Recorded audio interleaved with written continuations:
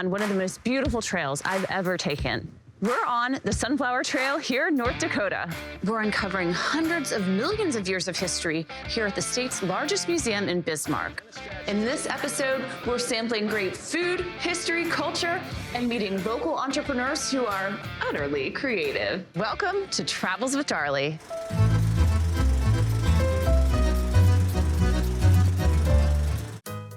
In the heart of the expansive Great Plains, nestled within the borders of North Dakota, a vibrant spectacle awaits every summer. Here, the landscape is transformed into a golden sea of sunflowers, casting a radiant glow across the state. Join me as we embark on the Sunflower Trail, which winds its way through North Dakota, including around the state's capital, Bismarck.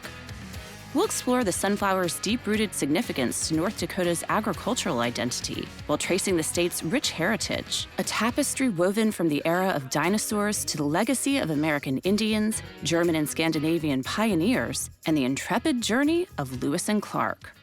Our exploration will also introduce us to quirky roadside attractions and to the dedicated local entrepreneurs and artists who embody the soul of North Dakota, shedding light on why this state deserves a spot on your travel list. My first stop is the North Dakota Heritage Center and State Museum in Bismarck. I just love being able to say good morning to a mastodon when I get coffee every day. Kim Jondal is introducing me to North Dakota's largest museum. The Northern Lights Atrium is one of the most unique architectural jewels of the Northern Plains. The architects wanted people to interpret it as they came into this welcoming space. So some people look at it and they see the 20 steel beams and the rising space and this great seal of North Dakota that's lit up in the middle. That's kind of a hearth. And they think of it as a Native American teepee or an earth lodge. I can see that. And then other people, because we're an agricultural state, of course, farming families and people come in and say, oh, I feel like I'm in a grain bin.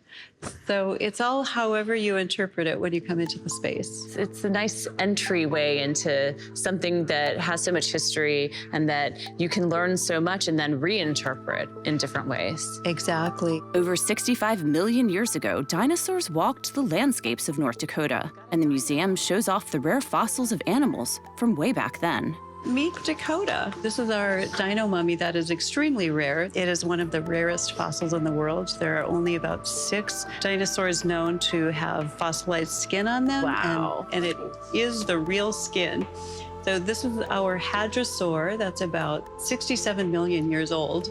Tens of millions of years and that skin has been preserved. North Dakota's more recent history is told through a variety of exhibitions focused on agricultural innovation, North Dakota during the 50s and 60s, and Native American culture and history. This is the Early Peoples Gallery. We have 5 tribal nations across the state, and all are represented here. Kim takes me to see a hand-painted mural depicting a 16th century Earth Lodge village that was the center of trade and commerce, located along the Missouri River north of Bismarck. This is a scene from about the year 1500 when about 10,000 people would have lived here. It was kind of like a New York on the prairie, a major center of commerce and trade. It is neat to be able to see works like this to help us all imagine what life was like in different time periods. Absolutely. We did a lot of research here from our end to try to get it right. So it's as historically correct as we can imagine it to be at this point. People don't always think about going into the state archives in their area, but many of these archives hold fascinating pieces of history. So this is the Mark Kellogg diary, and Mark Kellogg was a Bismarck Tribune reporter who actually went with Custer and his soldiers to report on what was going on.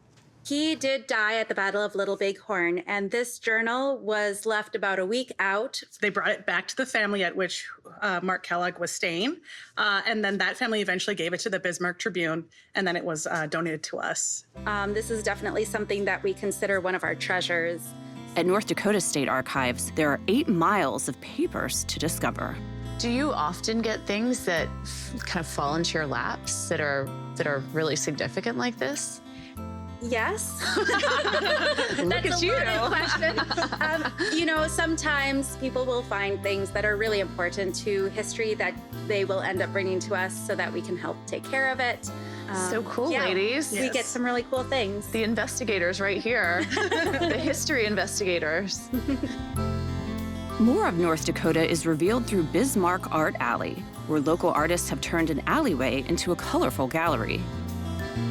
This is all North Dakota themes. Yep, it's absolutely all North Dakota. So it's kind of like the history of North Dakota, what we're known for, or maybe even what we envision North Dakota to be of.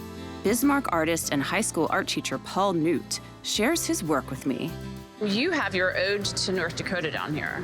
Yes, it was actually based off a painting with all the counties of North Dakota. A lot of the ethnic groups are on here. Wildlife is on here. The ladybug is our state bug. A jar of choke cherry. Dinosaurs, of course. Sakakawea is here. Teddy Roosevelt is up there. You grew up here in North Dakota. You moved away to Brooklyn and you came back. What brought you back to Bismarck? My roots were here, and I think you appreciate things once you leave. You realize how nice things are. During this art alley, and the art scene is growing here.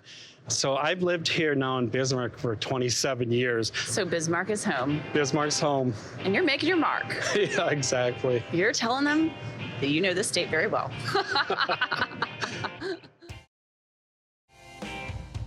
North Dakota has a burgeoning craft beer scene that's only been truly brewing for the last decade.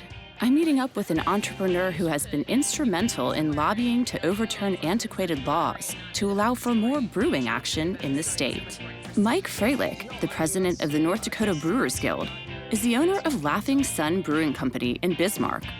He opened one of the first breweries in the state, and it's a popular one for drinking and recreation. So it's Flying Axe beer, and it makes you want to go throw some axes. It could.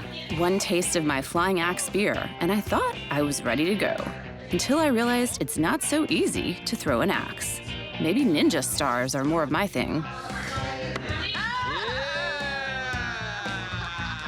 So where did the name Laughing Sun Brewing Company? My last name, Freilich, in German means happy. Okay. So that's where the laughing comes from. The sun doesn't question, doesn't judge, doesn't ask anything in return. It just gives its energy. If everybody's given their energy to a place, we've got something more than just a place to drink a beer. It's that community that Freilich is continuing to foster at Laughing Sun and for other breweries throughout the state, as he works to help normalize and pave the way for what's becoming known as a brewing boom across North Dakota. We're growing, we're trying to grow our community too and make it a better place. So that's what it's always been about, trying to make Bismarck a better place to be. So Well, cheers to that. cheers. Yeah, we're never gonna stop. So Thanks in part to Freilich. Outside, we dive into another aspect of a visit to this brewery: comfort food. This looks good. Now, what makes these burnt ends so good? This is a specialty of yours. I call it meat candy. It's been sauteed in some sweet, zesty barbecue, smoked for 13 hours. The brisket already will melt in your mouth. I call it sushi of the prairie. Super savory, a little like tangy and slightly sweet, but not that sweet. I like the savoriness of this, and the meat is so tender. That's why I call it sushi of the prairie, because it just melts in your mouth. I will take that meat candy any day. And I'm gonna try your macaroni and cheese because I think I'm a bit of a connoisseur. We have award-winning mac and cheese. We just won the Mac and Cheese Fest here in town. Really good. Mac and cheese, I believe, is made with 5 different cheeses. 5 cheeses, great macaroni. 5 cheeses, award-winning mac and cheese. Cheers to this. Yes. Right on. Good times. With most of North Dakota's land devoted to agriculture, many of North Dakota's entrepreneurs and small business people are involved with farming.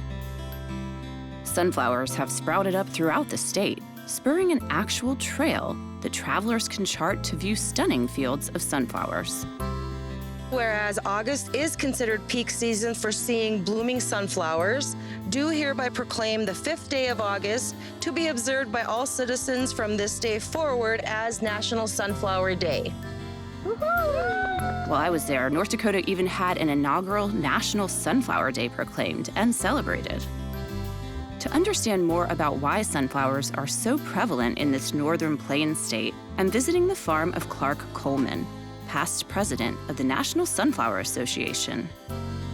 Clark, your family has been farming in this area for how many generations? My boys will be the 5th generation, yep. Wow. So Your family is now also farming a lot of sunflowers. yeah. How many sunflowers are we talking about? You know, on any given year, we have about 1,000 to 1,500 acres a year. Why are sunflowers so widely grown here in North Dakota, and in particular in this area? Well, you know, in different areas of the country grow different crops better, and we just grow real good sunflowers here. We have a shorter growing season. For us to do all of one crop, it just sometimes doesn't work. So if we can rotate sunflowers in with malting barley and spring wheat and maybe some corn or some peas or soybeans, it's a crop rotation tool for us to use on our farm to help with weeds and insects. And it's a very drought-tolerant crop, but probably more than anything, it's just so beneficial for our crop. It has a deep tapped root that can go down and get fertilizer that might have been lost by other commodities. So it makes it a bit more sustainable, and then it helps with the soil and lots of different benefits. Yeah. I think sunflowers basically started out as more of a snack food, like the confections where you go to a baseball game or something like that. But then people realized the health benefits, and so now you see them on salads and you see them on the grocery store, sunflower oil. It's become very popular. So much more to sunflowers than I thought, and I do love sunflowers. Let's go see some sunflowers. Awesome, let's go. Out amid the sunflowers, it's not just beautiful. We are lost in the sunflowers for sure. I'll break this one in half so you can see what it's doing here. Ooh, oh my goodness. And they're actually quite edible. Oh, you can eat those. Oh, yeah. So that's the actual... That's going to be the actual sunflower seed right there. That's going to be the sunflower seed. This little white thing will turn into a sunflower seed. Yep, that'll be a black sunflower seed. Huh. Slightly sweet. Well, it's neat to see more of the intricacies of the sunflower. I see the sunflower in its full form, and then you start to take it apart, and look at the size of this leaf. Wow, these leaves are huge, yeah. That's crazy, huh? It is. This makes me think that nature is so amazing, because look at what we have, this beautiful, beautiful flower, and that there's so many purposes to this flower. It's not just beautiful. We can eat the sunflower seeds. We can use the oil. And something I haven't also mentioned, that when the bee producers find out that we have sunflowers here, there's beehives all around here. They like to put them right here because that makes honey. So this is a huge honey maker too. From the fields to the factories, sunflowers aren't just decorative, but harvested for their seeds, which go onto supermarket shelves in many forms. If you're a fan of baseball, you may have noticed that chewing sunflower seeds is a popular pastime for players. At North Dakota-based Giants Snacks, I toured their factory to see how seeds get processed, and head into the boardroom at this over 20-year-old family-owned company to get a lesson in how to properly eat sunflower seeds with Robert Schuler. I'm so glad that you've enlisted me to be your official taste tester for summer 2023. It's a little bit of work to get these out. Well, there's two methods. The one, throw a handful in, crack it with your back teeth, separate the seed and the nut, spit out the shell, eat the nut. The other way is chipmunk method, which I call it, because between your two front teeth, one at a time. That's the other common way. Okay. Yay. Yum, yum, yum. My dad and his father before him sold raw product to people that used to roast sunflower seeds. They'd always take the biggest and the best sunflower seeds and they'd sell them to Europe. And we always thought it was strange, like, why don't they sell giant sunflower seeds here? We convinced him to give it a shot, and why don't we make them here in North Dakota? Kind of the rest is history. Put them in a bag and call them giants, and here we are today. Labor-intensive and tasty. Another North Dakota business cracking seeds to make into sunflower seed butter, similar to peanut butter, but made with sunflower seeds, is sun butter, which I learned has gained popularity in recent years as a substitute for peanut butter for those who contend with peanut allergies. Tara Jensen shares how sunflowers get processed to make sun butter. In this production facility, we bring in the seeds, we contract with our grower network, and they go through custom cleaning process. How are you getting the seeds out of the shell? It's really its gravity and its cleaning, its velocity. If I can visualize it, you're basically propelling sunflower seeds onto a hard surface, shattering them, It's separating out the shell, the broken shell, from the actual sunflower seed. You're absolutely right. I want to stand at the edge of that machine and get those seeds. Yes. We take anything that's not suitable for the sun butter production, and we have other outlets for those. It could be roasting in shell seeds, and it could be bird food products. So basically, you're making this sustainable and you're trying to use every aspect of the sunflower seed. Absolutely. But what does it taste like? I try my first sunflower butter and find it's good. Really creamy. Does remind me in the consistency of peanut butter, but it tastes like a sunflower seed. Next, I'm heading out on the water in the Missouri River with Dakota Goodhouse, a Great Plains historian, on a Lewis and Clark riverboat tour. Dakota, you grew up here along this river. I did. Mini shoshe makoche ki dumpi. I was born along this stream, the Missouri River. What does this river mean culturally? On the west bank here, we have Lakota spoken. And on the east bank, then, is Dakota. So it's a definitive marker in the geography of the Great Plains. I am Lakota on my mother's side and Yanktonai Dakota on my father's side. So I'm from people who are on both sides of the river. You're straddling the river. Yeah. Back during the time when Lewis and Clark would have been exploring this area, what would they have seen? So we're on a stretch of the Missouri River where Lewis and Clark came out at the culmination of a decades-long conflict, intertribal conflict for control of beaver and otter pelts for trade with the English and French, who still had a heavy presence on the Missouri River. They came out and they visited the Dakota, Lakota people in South Dakota, with both positive and negative outcomes. On my mother's side, the Hunkpapka Lakota people, we had our own history with the Core Discovery. We borrowed their horses in February 1805. The High Dog Winter Count calls it the year we took iron-shod horses. And Lewis and Clark were the only ones out here with the iron-shod horses. But for Lakota people, the cultural significance of this is that this Missouri River, the Mini Shoshe, and where it concludes, the Mini Tjanca, the Gulf of Mexico, for Lakota people.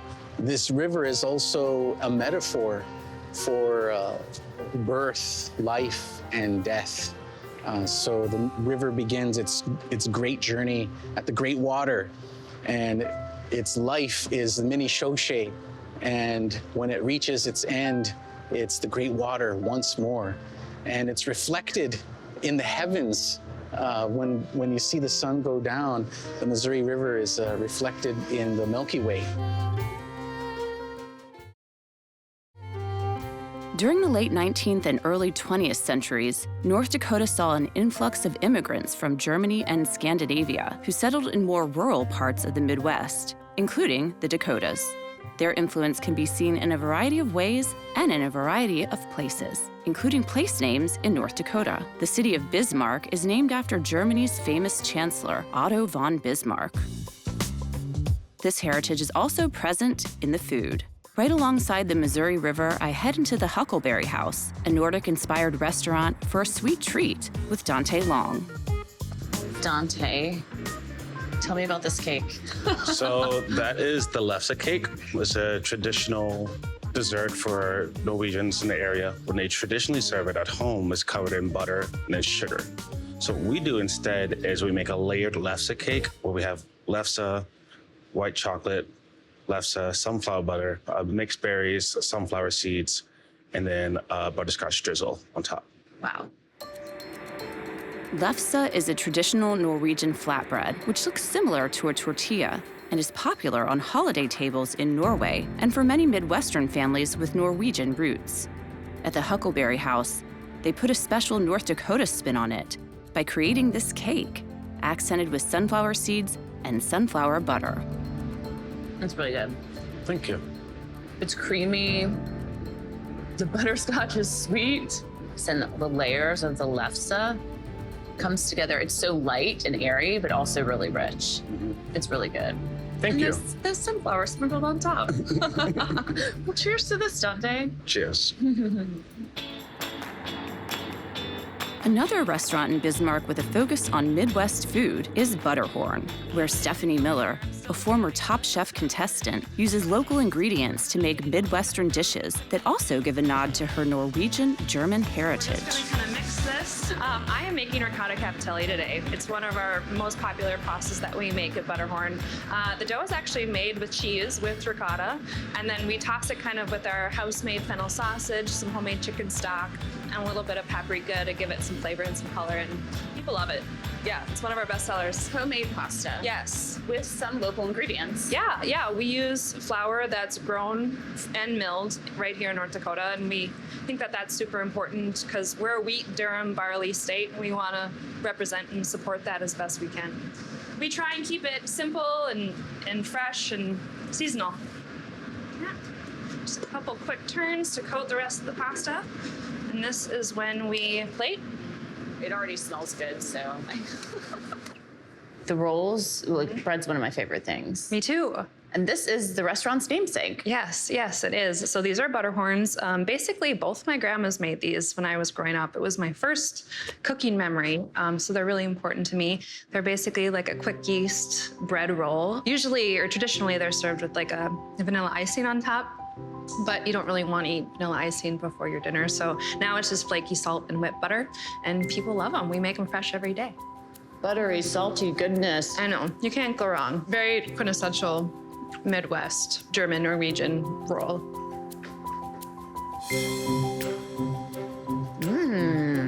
Thank you. I like how your sausage has like a hint of pepper or something. Yeah, a little bit of spice to it, a little bit of heat, but we don't want to take away from like the really good flavor of the handmade pasta. I think you can taste such a difference when things are homemade. Mm-hmm. You can show them your own personal melting pot. You're bringing that heritage alive, and that's pretty cool. Thank you. I appreciate that a lot. North Dakota's farming and agricultural heritage can be traced back to many of the early farmers who immigrated from Norway and other Scandinavian countries, and were also of German, English, and Celtic descent. In 1974, to further celebrate the state's strong farming, and in particular dairy farming legacy, a local Lions Club created what is now a popular roadside attraction to celebrate their roots. I have indeed driven 40 minutes outside of my way to see the world's largest Holstein cow. And her name is Sue, 38 feet tall, 50 feet long, 12,000 pounds. As a dairy and ice cream lover, I can tell you that Salem Sue is utterly fantastic. In the town of New Salem, just down the road from Salem Sue, I'm shopping local at Utterly Caffeinated, where entrepreneur Melinda Ellingson has created a quirky and fun cow-themed coffee shop that pays further homage to dairy. Having just seen Salem Sue, you know, I was like hankering for some milk products. So, and here you are. We can fix that for you. So I definitely recommend that you do the Holstein latte. That one's caramel and brown sugar cinnamon. And if you love caramel, you'll love that. How did you decide to open this bakery and coffee shop? Well, ever since I was little, I've always been raised in a family that cooks and bakes. And that's one thing that has always brought us together. I know starting a business is hard, but when you have all these baked goods to enjoy, there's a lot of love here. There is a lot of love and a lot of butter. And then my mom worked in a bakery. And so I took kind of my first steps in a bakery. Runs in the family, I guess. Both my grandmas cooked, and I went to culinary school, and I absolutely loved it. Here's that Holstein latte for you to try. Thank you. You're welcome. Mm-hmm. You know, cinnamon's really good for you, too. It is really good for you. I mean, that's what I tell myself when I drink like 3 a day. And with that, I'm sipping my Holstein latte with North Dakota on my mind. I started out seeking sunflowers along a trail of farms and beauty that ended up combining art, beer, food, history, and culture to get a more true sense of North Dakota's history and modern charms. Thanks so much for joining me here in North Dakota. We've really met some awesome locals on this journey, and we can't wait to come back again for more. Because when you travel with the locals, you sometimes may veer off the beaten path, but you will most certainly gain a sense of place through the people who call it home. Cheers. Thanks, North Dakota. Nothing like booze in the middle of the day. That's the way we roll in Travel New Day. If only Salem Sue could enjoy this with me. She's here with me in spirit. Actually, she could probably see me from where she is on top of that hill because that cow is so large. Like the interesting note taker. I like really put a lot of whiskey and stuff on these notes. My kind of note taker.